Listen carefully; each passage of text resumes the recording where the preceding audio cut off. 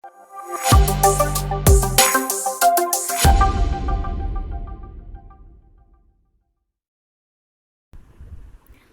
Everyone, welcome back to the Jha junction once again. So अगर आप मेरे चैनल पे नए हैं तो प्लीज़ मेरे चैनल को सब्सक्राइब कर दीजिए सो दैट जो भी अपकमिंग वीडियोस के नोटिफिकेशन है वो आप तक पहुंच जाए। ओके, सो ये तो हो गया इंट्रोडक्शन पार्ट।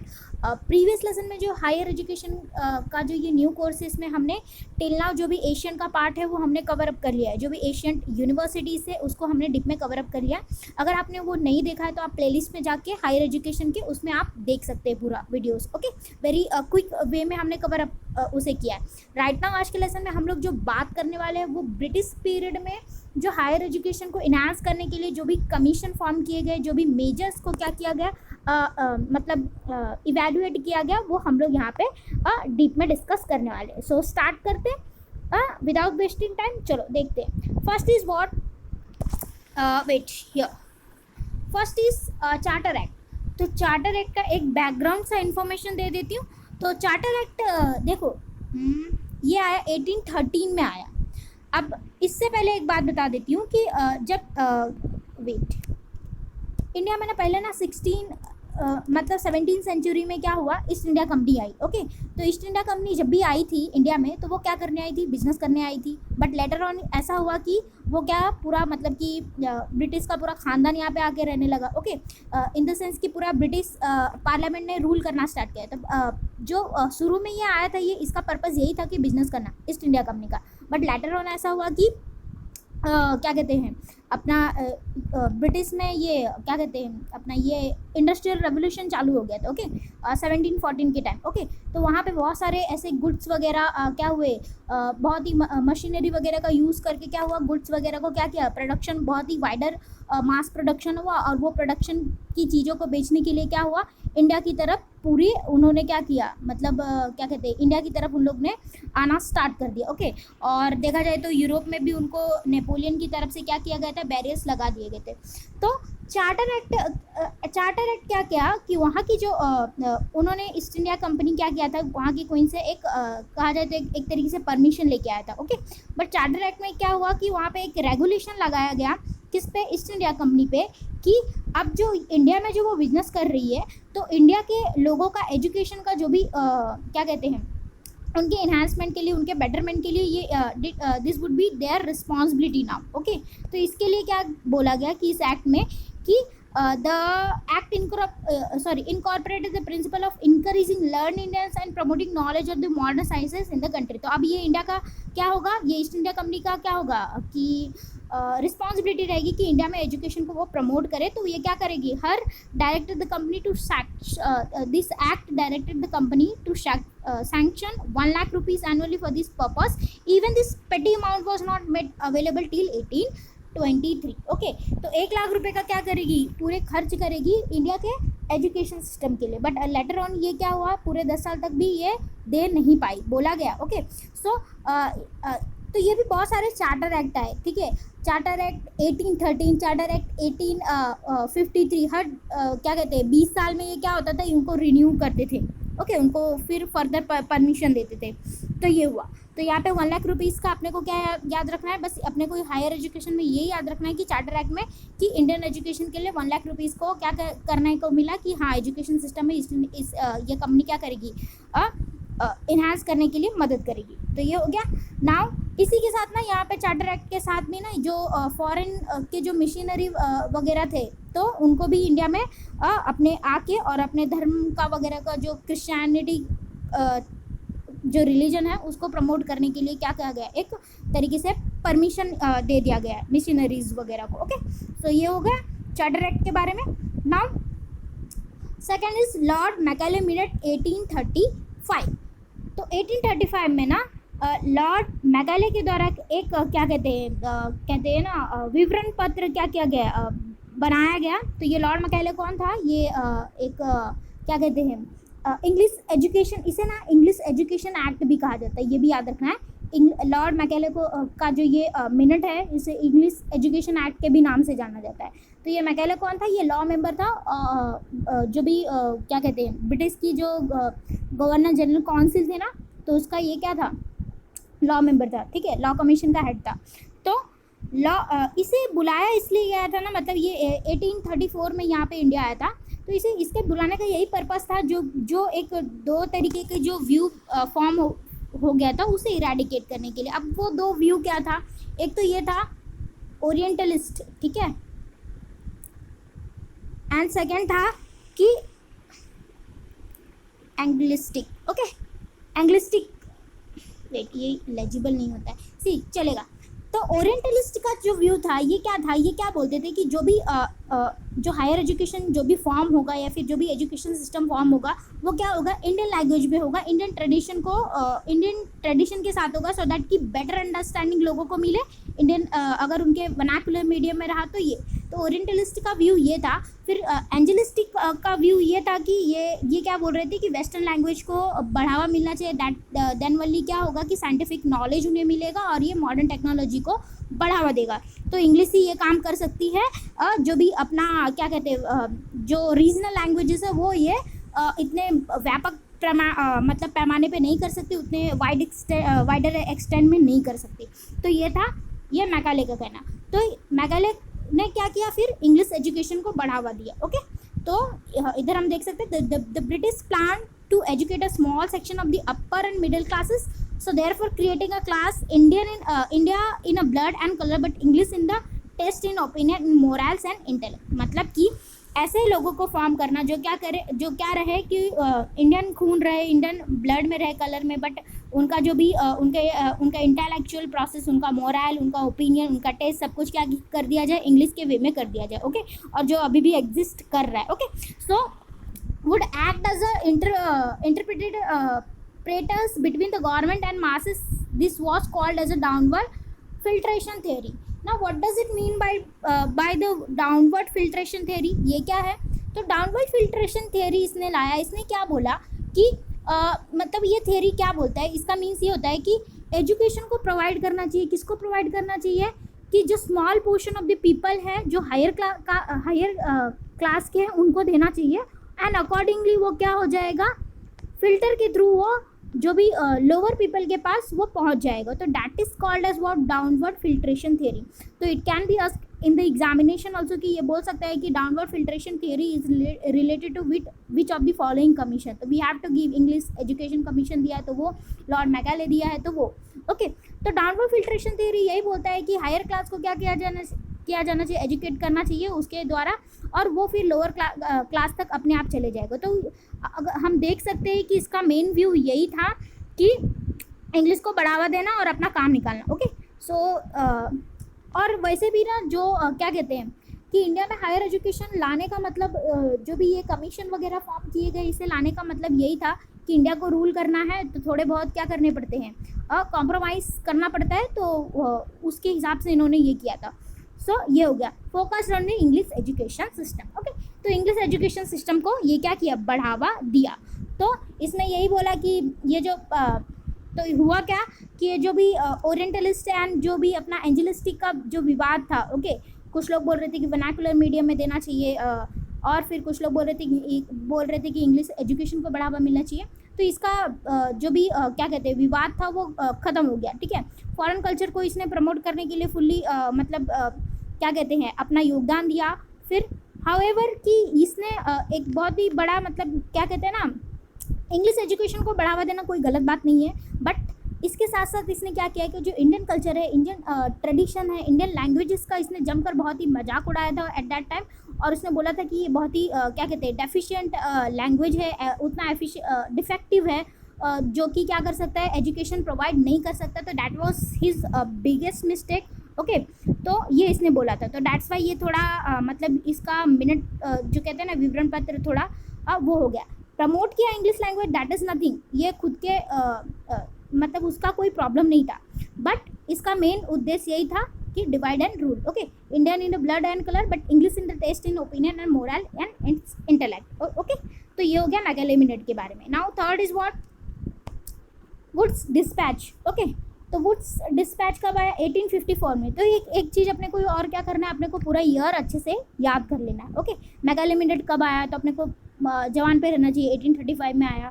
फिर चार्टर एक्ट कब आया, 1813 में आया, और हर 20 साल में रिन्यू होता है ना, तो 1853 भी उसमें इंक्लूड होगा। ओके, फिर उसके बाद कि 1858 में भी आया, क्योंकि 1853 में जो चार्टर एक्ट बना था तो वो कोई उसका अवधि नहीं था कि कभी ये एंड होगा। ओके, तो लेटर ऑन ये फिर जो भी ब्रिटिश पार्लियामेंट के पास गया वो सब बाद में रहने देते। यहाँ पे देखते हैं तो 1854 में क्या आया, वुड डिस्पैच आया। तो मैं क्या कहते हैं ईयर वाइज ही जा रही हूँ, जो पहले आया उसको पहले ही मैं कर रही हूँ। ओके, तो ये ऐसे भी याद रख सकते हो।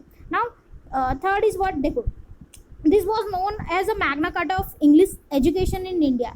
मैग्ना कार्टा क्यों बोला जाता है? मैग्ना कार्टा का मीन्स क्या होता है कि मैं ये हमने कहाँ पे पीपल एंड इन्वायरमेंट में भी पढ़ा था। तो पीपल एंड इन्वायरमेंट का मैग्ना कार्टा किसे कहा जाता है? इन्वायरमेंट का मैग्ना कार्टा ये स्टॉकहोम कन्वेंशन को बोला जाता था, जो कभी हुआ था 1972 में। ओके, तो मैग्ना कार्टा का मतलब क्या, ये इसका भी एक बहुत बड़ा स्टोरी है। जो किंग जॉन था उसने बहुत ही एकदम एक तरीके से बर्बरतापूर्वक क्या किया था, रूल किया था। तो उसके बाद एक ऐसा विवरण पत्र लाया गया था जहाँ पे क्या किया बोला गया था कि जो भी रूल्स एंड रेगुलेशन हो गई वो खाली जनता फॉलो नहीं करेगी, जो रूलर्स है वो उन लोग भी फॉलो करेंगे। ओके, तो ये सबके ऊपर बाइंडिंग रहेगा, not only for the particular person. Okay, तो ये हो गया। तो Magna carta of English education Wood dispatch को बोला जाता है। दैट इज़ वेरी इंपॉर्टेंट, इसके लिए मैंने रेड लाइन से इसे अंडरलाइन किया।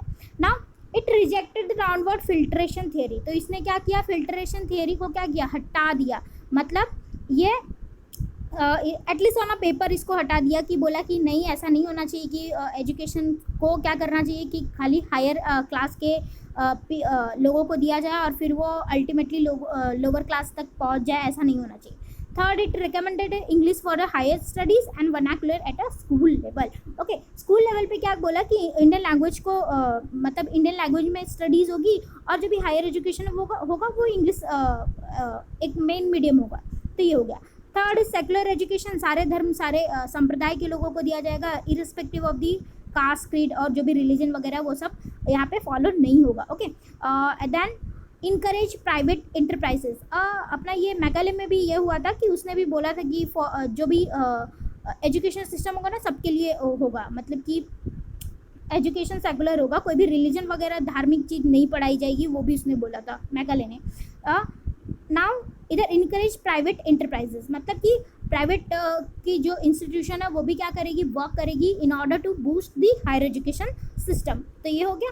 तो इसके साथ ही 1857 में क्या किया, 1857 very important, universities at Calcutta and Bombay and Madras were set up at the later department of education were set up in all province. Okay, तो इसके 3 साल के अंदर अंदर क्या हुआ कि 3 ये बड़े यूनिवर्सिटी का फॉर्म अप हुआ, Bombay university, Madras and Calcutta university. Okay, तो ये 3 बड़े एक तरीके से देखा जाए तो ये क्या हो गई, उपलब्धि हो गई ये वुड डिस्पैच की। तो ये हुआ। तो की पॉइंट अपने को यही याद रखना है इसमें कि वुड डिस्पैच ये मैग्ना कार्टा बोला जाता है क्योंकि ये ब्रिटिश पार्लियामेंट के द्वारा ये क्या कहते हैं खुद से वो करके आया था ये पूरा। तो नाउ थर्ड इज़ व्हाट कि ये डाउनवर्ड फिल्ट्रेशन थियरी को रिजेक्ट किया, फिर ये इंग्लिश एजुकेशन को तो बढ़ावा दिया बट स्कूल लेवल पर वर्नाकुलर मीडियम, फिर secular education and encourage private enterprises. ठीक है, तो ये सब इसके मेन थे। एंड फिर वुमेन एजुकेशन को भी इसने बोला कि वुमेन के इंटेलेक्ट को बढ़ाने के लिए उनको भी एजुकेट करना इट इज़ वेरी मस्ट। तो उसके एजुकेशन के लिए भी इन्होंने क्या किया कि काम किया उसके लिए भी। तो एक तरीके से देखा जाए तो ये वेरी कॉम्प्रिहेंसिव प्लान इसने बनाया एट दैट टाइम, जिसका नेसेसरी था, ये बहुत ही वाइबल था उस टाइम के हिसाब से कि ये इतना चीज़ें बहुत ज़रूरी थी। ओके, तो एक तरीके से दैट्स वाई ये Magna carta of the English education भी कहा जाता है। तो आई होप आपको ये समझ में आ रहेगा। तो next is Hunter commission, Hunter education commission 1882 से 1883 के। देखो एक ईयर का कोई भी गैप रहेगा ना तो उसमें कंफ्यूज मत होना। Okay, in 1882 the government appointed a commission under the chairmanship of W. Hunter to review the progress of the education in the country since the dispatch of 1854. Okay, the Hunter Commission mostly confines its recommendation to the primary and secondary education. So ये क्या बोल रहा है, Wood dispatch के बाद जो commission आया वो क्या हो गया, हंटर कमीशन हुआ 1883 में, मतलब लगभग कि अपना 64, 74 एंड 84 30 ईयर्स के बाद। ओके, तो ये क्या बोल रहा है, recommendation to primary and secondary education, very important. तो एग्जाम में ऐसे आता है कि Hunter commission is related to which of the following, university education, recommendation to primary and secondary education, अपने को बोल देगा कि इंग्लिश एजुकेशन, तो we have to choose the correct point, तो वो क्या होगा, प्राइमरी एंड सेकेंडरी एजुकेशन। तो ऐसे फॉर्म होगा। Now third is what, second is what, emphasis पे किया किस पे, improvement of the primary education and that primary education should be imparted through vernacular. तो ये बोला कि हाँ, वुड डिस्पैच में तो बोला कि हाँ हायर एजुकेशन के लिए English medium of the language होना, और उसमें बहुत ही अच्छा वर्क भी किया, एनहांस भी हुआ। बट प्राइमरी एजुकेशन के लिए इसने बोला कि ये वर्नाकुलर मीडियम से होना चाहिए, और इसमें बहुत सारी क्या कहते हैं खामियां थी, उसको हटाने के लिए ये कमीशन का क्या किया गया, गठन किया गया था, और सेकेंडरी एजुकेशन के लिए बहुत सारे रिकमेंडेशन दिए। तो अपने को मोटा मोटी यही याद रखना है कि ये कब आया, एक तो ईयर किसके द्वारा दिया गया, W Hunter, William Wilson Hunter के द्वारा। थर्ड इसका recommendation primary and secondary education, and फिर more teaching come examining university were set up like the Punjab university 1882, ये याद रख लो डेट, पंजाब यूनिवर्सिटी 1882 में हुआ। देन फिर इलाहाबाद यूनिवर्सिटी 1887। तो एग्जाम में ऐसे भी क्वेश्चन आता है, तो which of the following university has been establish first, तो अपने को चार ऑप्शन देता है कि एक तो बॉम्बे, कलकत्ता या फिर मद्रास यूनिवर्सिटी दे देगा, और फिर ये अपने को दे देगा। तो अपने को डिफाइन करना होता है कि पहले कौन सा है। तो ऐसे भी क्वेश्चन बनते हैं और आए भी हैं पिछले ईयर्स में। तो ये पंजाब यूनिवर्सिटी का फॉर्म हुआ, और फिर Allahabad university, right now Prayagraj. Okay, तो 1887 में तो ये दो यूनिवर्सिटी मोर इन्हांस हुई। तो ये था एक हंटर कमीशन के बारे में ब्रीफ सा overview.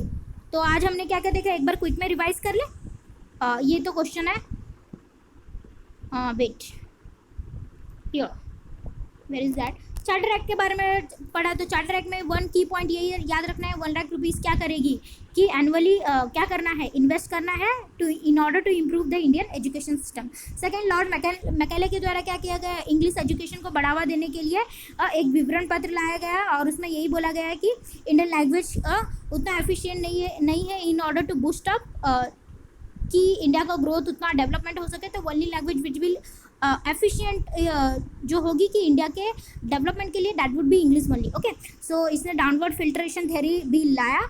And third is wood dispatch, जिसे मैग्ना कार्टा ऑफ दी क्या कहते हैं इंग्लिश एजुकेशन कहा जाता है, और इसने वेरी कॉम्प्रिहेंसिव प्लान लाया, जिसमें क्या कहा गया है कि जो भी स्कूल लेवल पर वर्नाकुलर मीडियम से होगा, फिर सेकुलर एजुकेशन होगा, और जो भी ये वेरियस पॉइंट है हायर स्टडीज़ के लिए बहुत सारे इंस्टीट्यूट का क्या किया जाएगा, यूनिवर्सिटी का इस्टेब्लिशमेंट किया जाएगा। और ये हुआ भी, तो ये 3 यूनिवर्सिटी क्या हुई, एग्जिस्टेंस में आई।